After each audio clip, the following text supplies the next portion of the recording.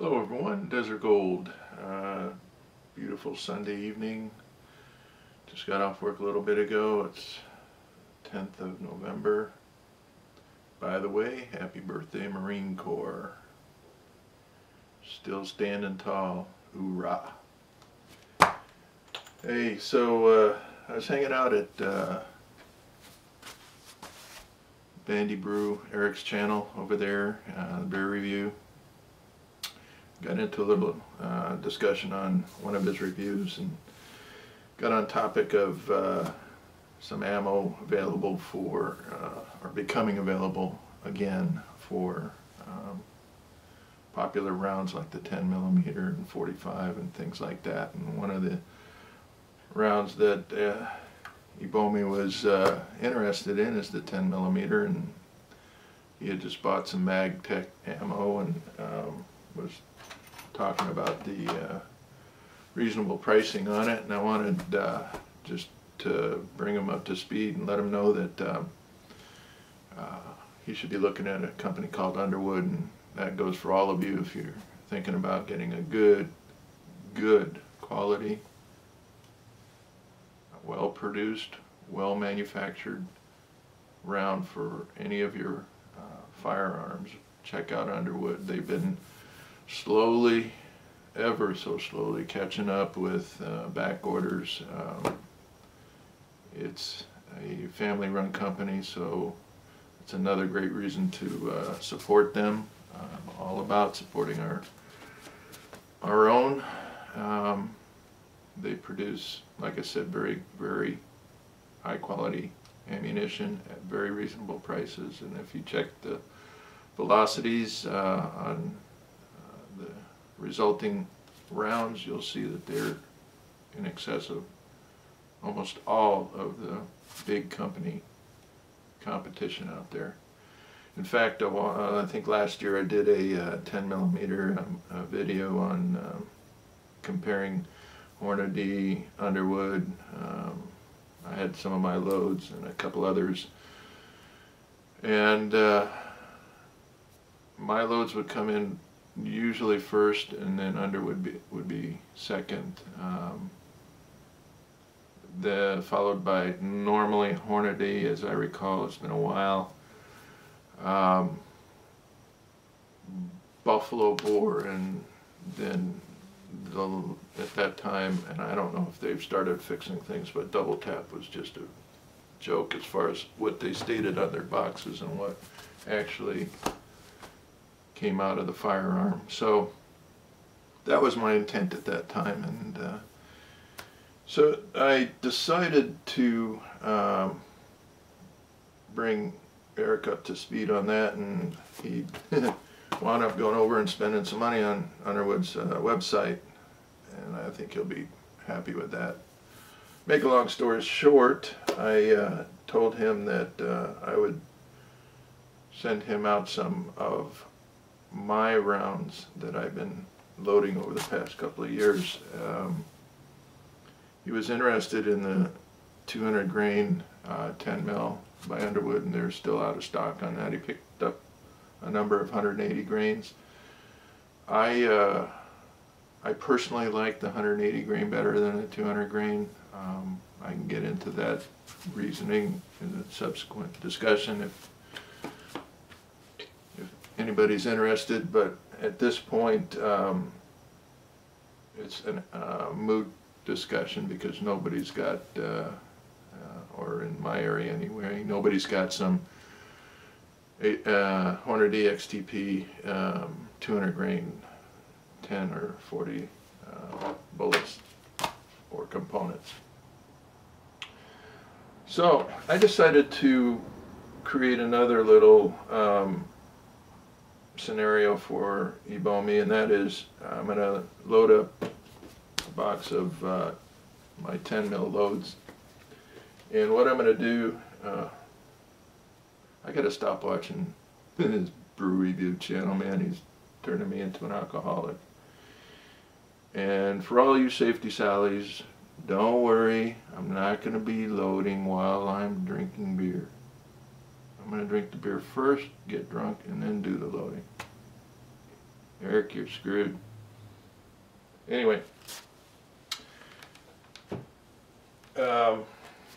this is what I propose that I'm going to do for him.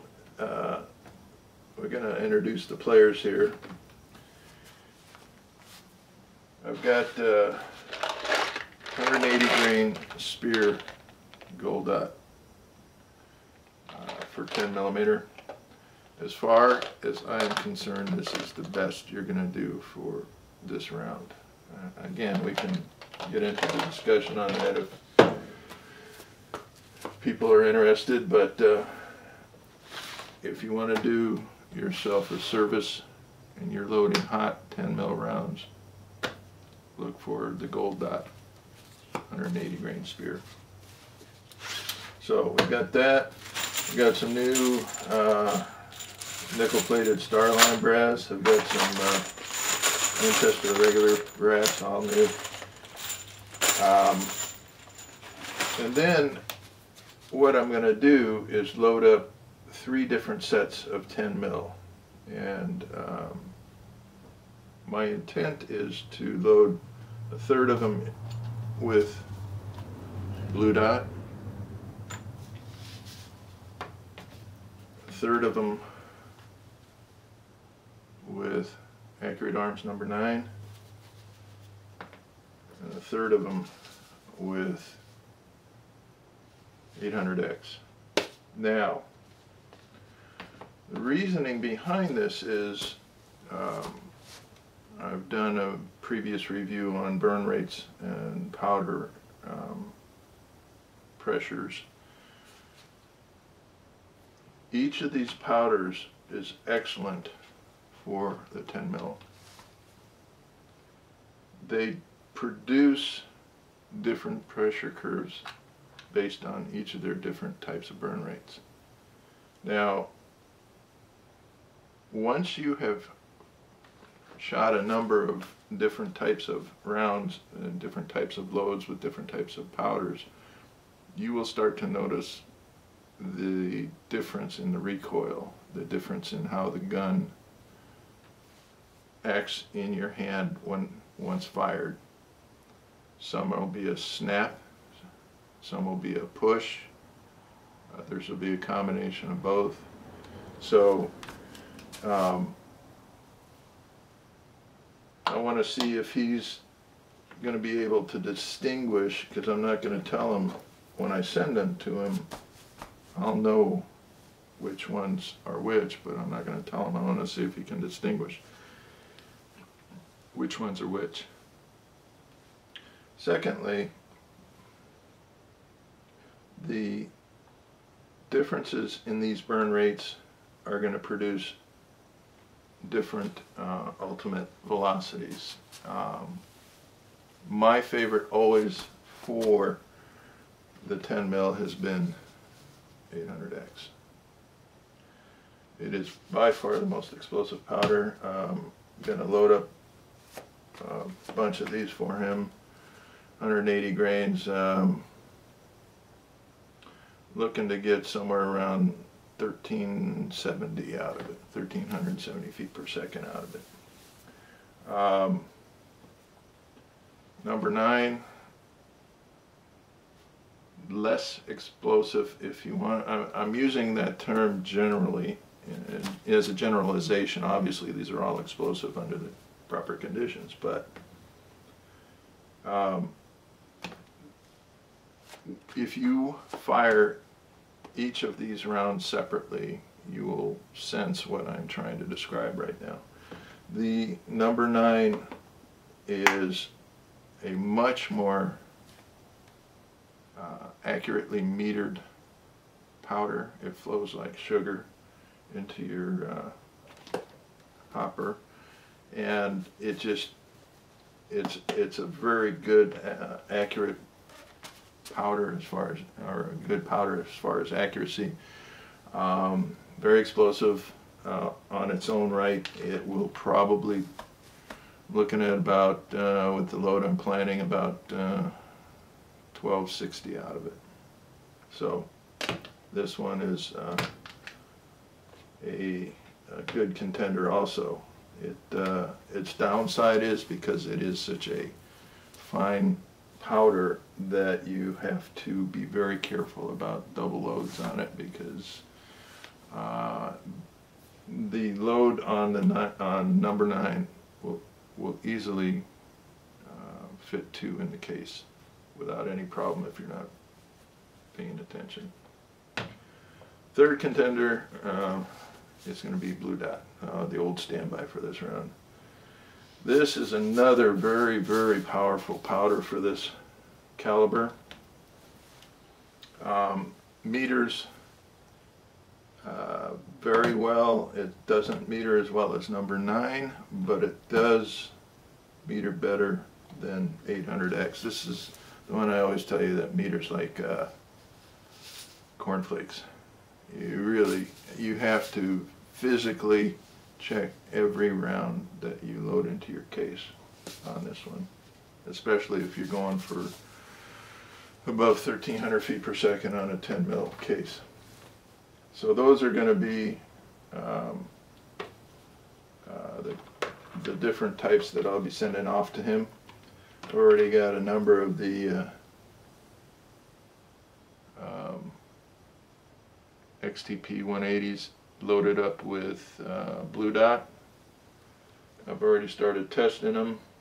These are running in the 1260s right now, so right in where I'm looking at for Blue Dot. I'm going to continue with this video once I get everything loaded up. We're going to go out to the range and put them through the chrony so we can see what's going on with that. And finally, there's another little bonus for him, because he's a whiny little bitch. Did I say that? Anyway, I'm going to send him some of my 454 Casul. He seems to like that. We're going to see how those do. He's been buying, I think he's got some Hornadys in stock. I don't know if he's got some Magtecs. Again, as far as my recommendation, my personal preference is in these kinds of high-speed rounds. Once again, Spear Gold Dot. This is actually their deep curl. Both these, the Gold Dot and the deep curl, are bonded bullets, and that's why I want to stick with them. The load that I've got these Casuls fired up to is sending a 300 grain bullet out at about 1,700 feet per second. That is freaking fast. And if you don't believe the forces involved with a 300 grain bullet hitting something at 1,700 plus feet per second, take a few minutes and go over to my video on blowing up a hand with a 454 Casul. You'll see exactly what I'm talking about. It took me about an hour to clean myself up after all that hand blew up. So anyway, I gotta drink some beer. I gotta load some bullets. Oh, by the way, one of my techs at the pharmacy today got me a present. I think it is absolutely wonderful. I'm sure I don't need to explain it to anybody. Beautiful. Long of a. See you later here.